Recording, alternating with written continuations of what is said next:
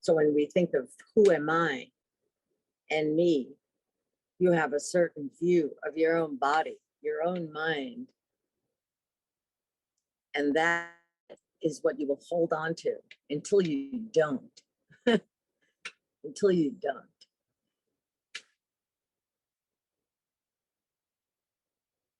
So what illusion do you want to play in? You know, and that's what we do all day long. So if you're going to play in the illusion, then have some fun doing it. It shouldn't be some heavy examination of what is me, this me I hold on to.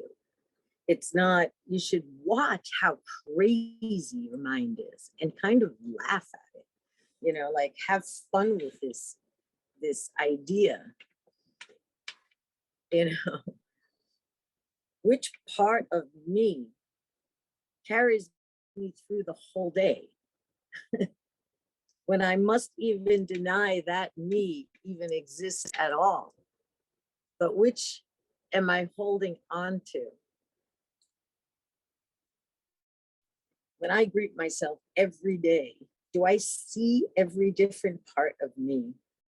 Like, will I even remember me who I held on to yesterday?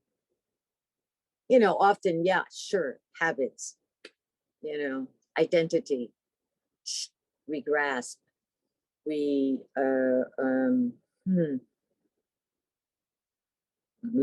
I want to say we also lean on it like we need it. Like if we don't have it, oh my gosh, then who am I? Right? So it gives us some sort of like grounding.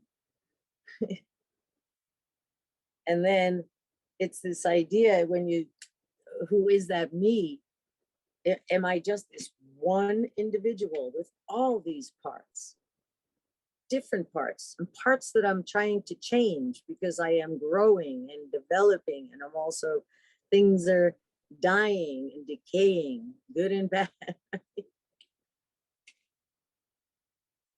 What me do I defend all day long? Feed.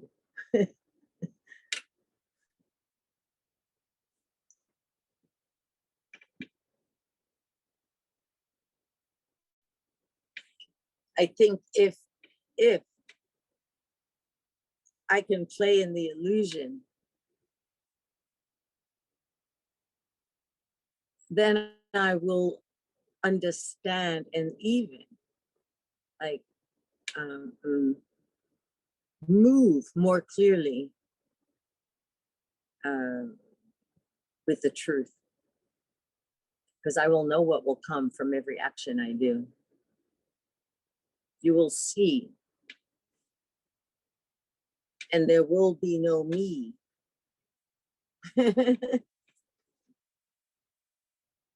You see?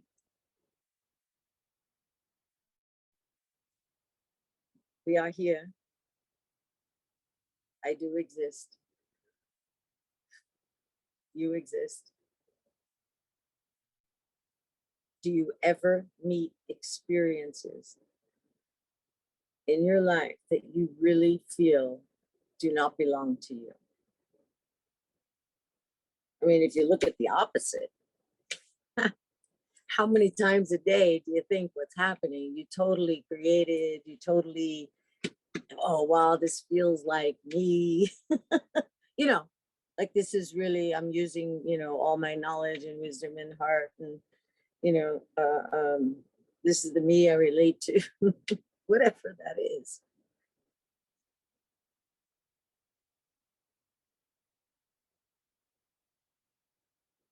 Single pointedly play in the illusion. And then you could meet, you know, emptiness, sheer emptiness. What appears then will be sheer emptiness, the absence of any such me at all. because there doesn't even exist any me that could be the way that that tendency that grasps to the me believes it to be.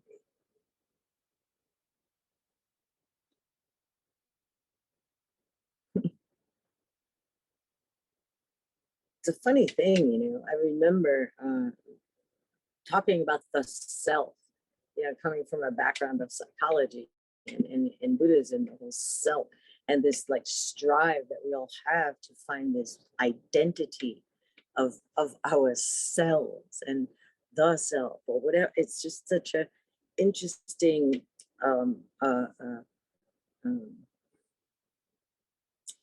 uh, big goal, big goal, big goal, big goal. So for us, it's kind of like you got to turn it all completely upside down, the absence of any such me. But what does that mean then, practically speaking? Because you still do, it seems like you'd want to still develop that mind, right? That me, that wisdom you have. Who has? Wait, back up. Who has that wisdom? Right? So you have to you got to keep playing in this illusion. Oh, the wisdom that I have. Who has? Oh, Oren yesterday. Well, what about Oren today? He ain't got no wisdom. What about tomorrow? Which one? You train yourselves like as you're walking around, that none of these things around us has any the reality you think that things around you have is not true. It's just not true. Even though it seems that it's functioning in the way that it's functioning, it's just not. So then you say, oh, okay, so I'm going to play in this. Okay, so if it's not functioning the way that it seems like it is, and the me that's going to now interact, blah blah blah, is not the me that I think I am, then in some ways, if I could really understand that, can you feel that you have the potential, like you could do anything? But then you understand, karma's karma. Will you be able to activate what you want to do? So you have to, then you have to say, oh, okay. But this contemplation on emptiness and this understanding is going to be a part of planting those seeds to be able to activate such. Okay? So,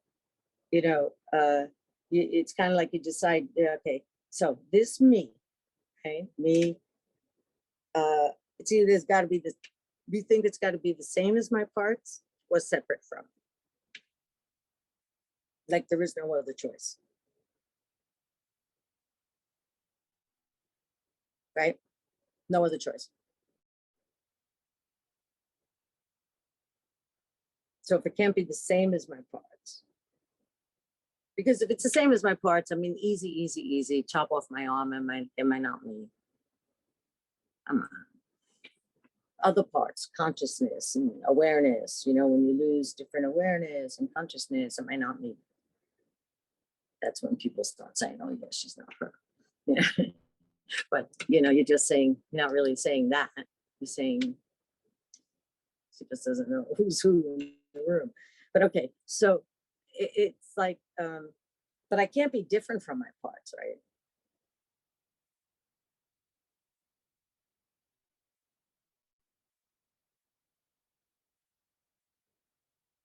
So you play in those ideas. Me is something which doesn't have any nature of its own. And that's really what we're getting to. If we could,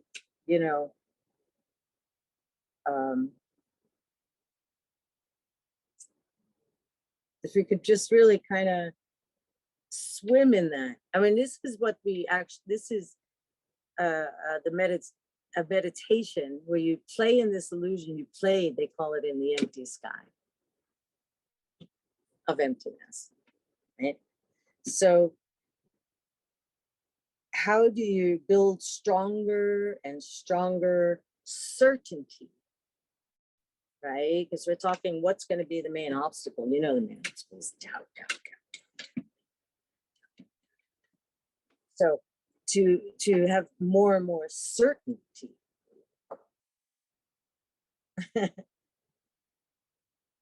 how things cannot be real or as I see it, have this nature, have this uh, absolute quality all on its own, has nothing to do with me.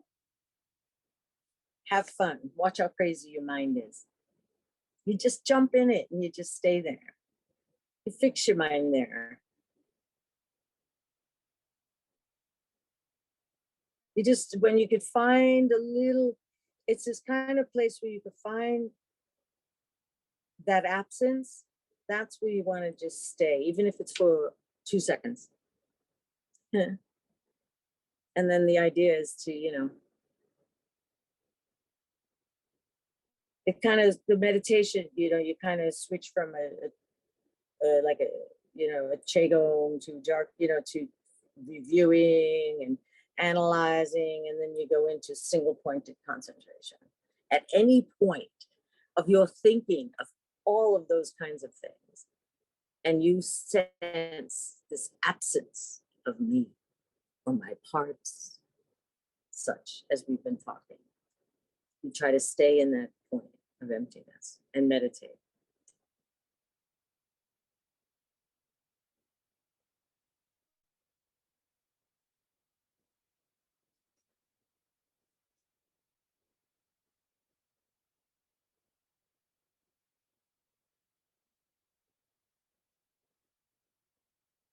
So then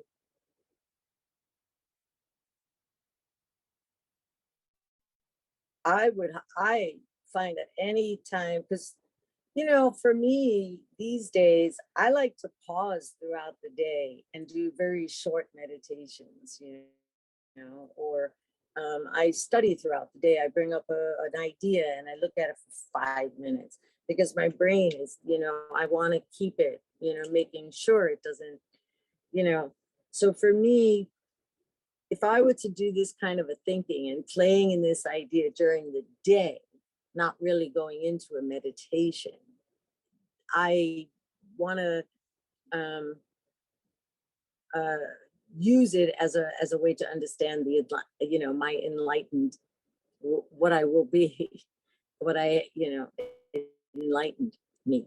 Well, I don't want to just use these meditations and walk out my door and be my own stupid self. That's my point. You understand? Apply something immediately, anytime after a meditation, anytime, even after just thinking about, the class, or a note, some of your notes, you're looking at anything. Kind of come up from that contemplation in your best self and see how long it can last.